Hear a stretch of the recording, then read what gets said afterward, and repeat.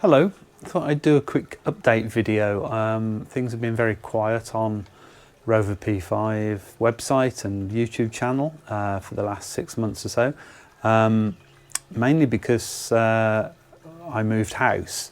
So you can see the Rover is in a new garage, fair bit bigger garage, not huge, but it's kind of a car and a half's width. But I'm still sorting lots of stuff out. I mean, the house needs lots of work as well. But yeah, I thought I'd do a quick update. Start the Rover. I haven't started it since December. I managed to get it in the garage around December time. It was outside for 2 or 3 months, which wasn't great because some water got inside. Anyway, that's another story. I haven't done a lot on the car. I mean, basically, if you remember the previous garage I was in, very small rented garage, amazingly, they decided to throw everyone out of this council garage. They decided to throw everyone out. I think it was 2 days before we were due to move house. So not only did I have to move the house, I had to pack everything away from the garage. And then where to store it. It was a bit of a nightmare. So I ended up basically shoving most of the stuff from the garage in the car itself, which again wasn't great, but what do you do? Anyway, we're now in a hopefully much more settled situation with bigger house, lots more space, driveway, garage. I've got a workshop next door which I'm sorting out. So hopefully we can get on with some work on the car.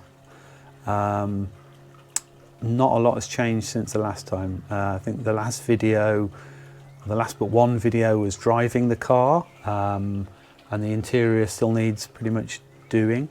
And then, yeah, I think there was a video after that, just messing around with the handbrake. But anyway, so I thought I would start it. You can see the garage is still a mess. I'm painting it.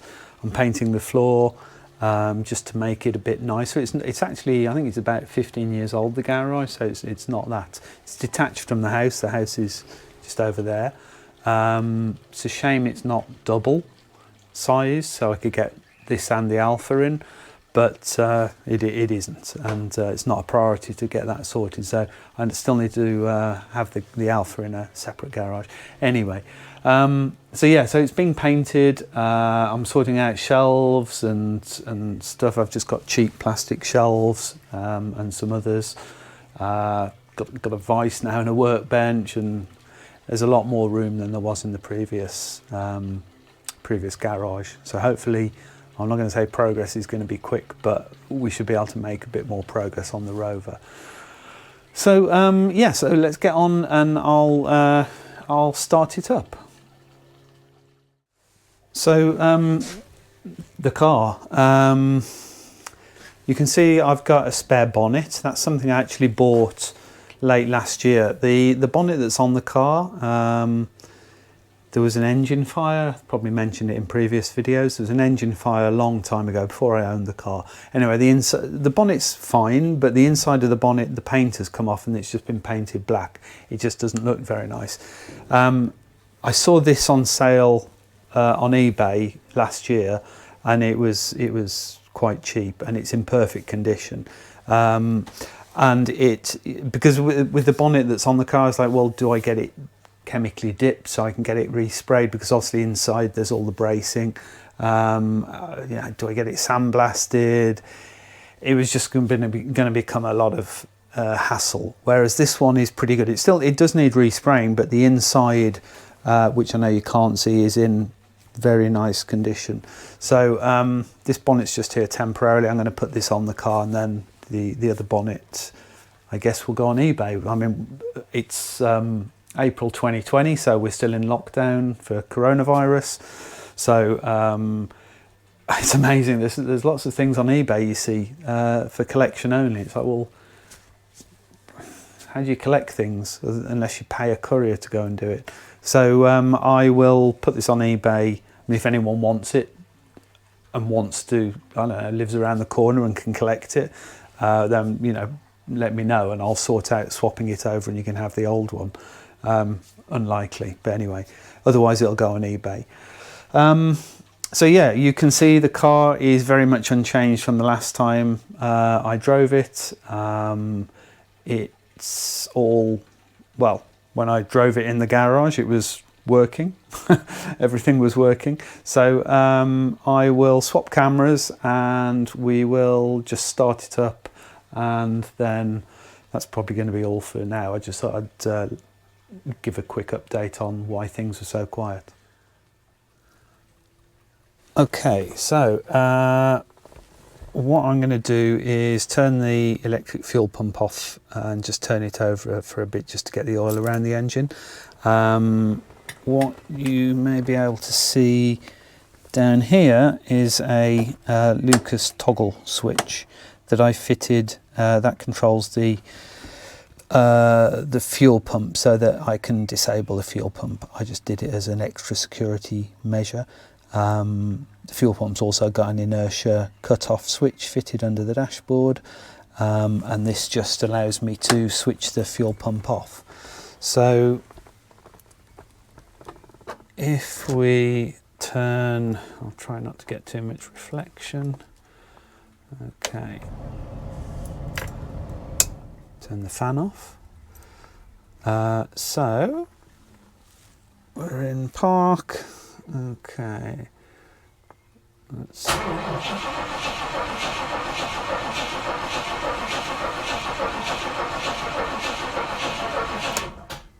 so you can probably, hopefully see the oil pressure gauge is moving.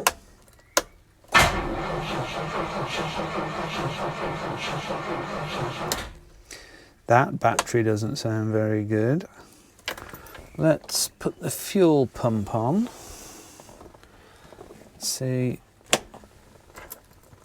I don't know if you can hear the fuel pump going.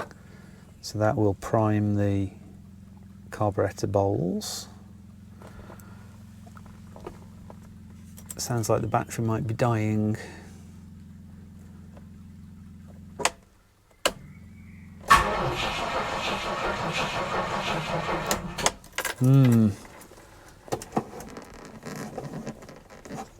Some choke on.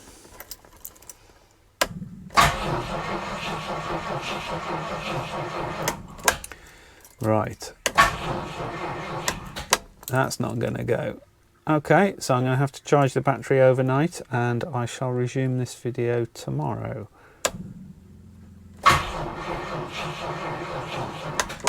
Yeah, that's not good. Okay, these things happen. The car's been used very little, so some ways it's not surprising. I shall put it on charge overnight and then we shall resume this in the morning. We'll do the first start in a bit. So come back in 3, 2, 1. So by the magic of video, it's the next day. You can see I left the battery on a very slow charge overnight. It is, I don't think the battery's in very good condition. It's been left unused for too long, but it is taking a charge. I've left it on slow charge. I didn't want to overcharge it. I didn't want to, because it was so low, I didn't want to put it on a fast charge. So it's only had overnight. It was charging at about 2 amps and then it's dropped down. I'm going to try and start it, just disconnect this and try and start it. But then after we've started it, I will probably leave it on charge for a few days on trickle charge. I've just bought a battery conditioner as well, so I can leave it on charge permanently in the garage. Anyway, let's see. So that's the battery. It's not too old. I think it's about 3 or 4 years old. It's had very little use. It's a Yuasa YBX 5000, YBX 5096, 80 amp hour, 760 amp max is that cranking current, I think. So yeah, it's been on charge overnight, so let's see. Right, so we are back where we left off. So I'm just going to switch the fuel pump off and crank it for a little bit, for a few seconds. If you see in the bottom left, that's the oil pressure gauge, just down there. You see my finger? It actually develops oil pressure really quickly. I'll just see how it cranks, and we should see some oil pressure. Then I'll put the fuel pump on and just turn the choke off. Put the fuel pump on and see if it will start. So let's try and turn it over. Ah, I forgot. I turned the isolator off. Okay. Come this way.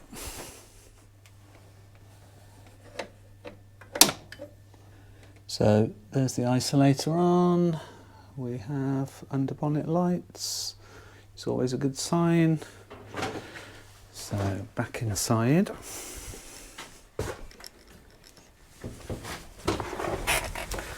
And I'll try and get an angle where you can see.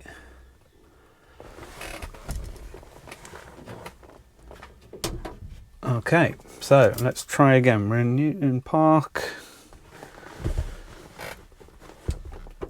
Fuel pump's off, so let's just turn it over.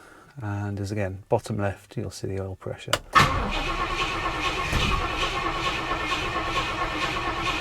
So you can see the oil pressure's going up.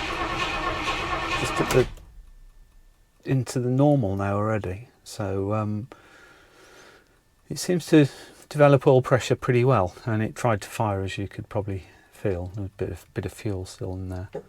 So it's turning over much more quickly, so let's put the fuel pump on, pull the choke out, or cold start, just let the fuel pump run for a few seconds. Not sure if you can hear that. And then we'll go.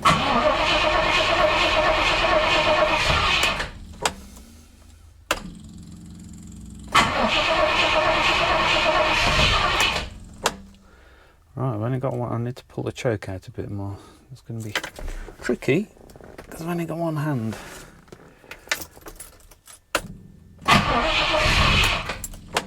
Let's try it. Is that 2 cylinders? Yeah, definitely trying.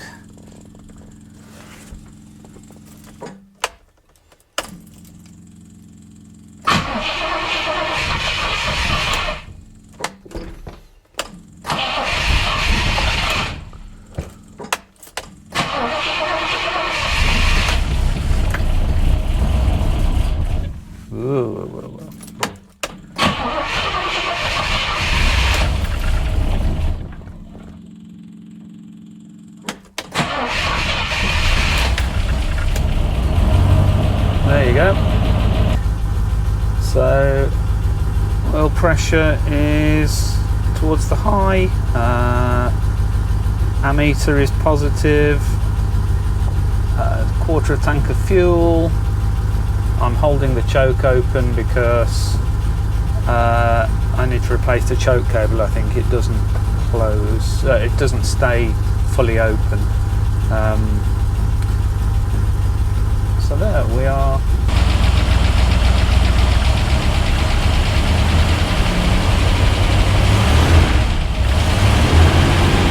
Sure we have 8 cylinders or 7?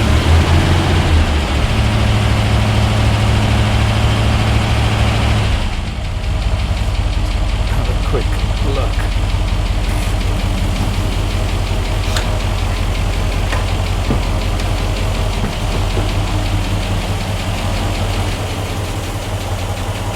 So you may be able to hear now the tapping sound. That is one of the valve lifters. It's done that since I've had it. It sounds like just one of them doesn't pump up very quickly. It does quieten down once the oil thins out a bit, warms up, but it's a bit tappety initially. It sounds like one of the valves down here, but can't be sure. But I don't think that's totally uncommon.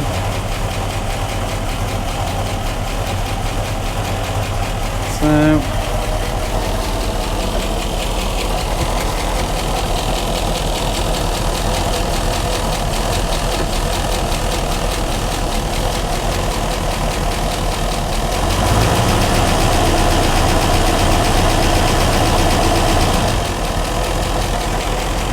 there you go, it started anyway. The exhaust is blowing.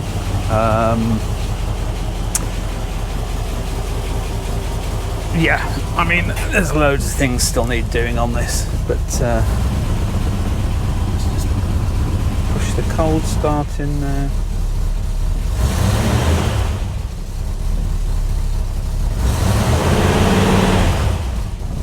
So there you go, it started. I'll let it warm up a bit.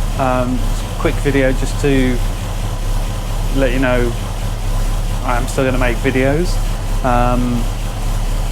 but working on the house as well. I'm actually going to start a YouTube channel about the house, which I'll put in the comments, maybe of interest. I mean, it's about the house and also kind of different things like I've just rewired a 1949 GC iron.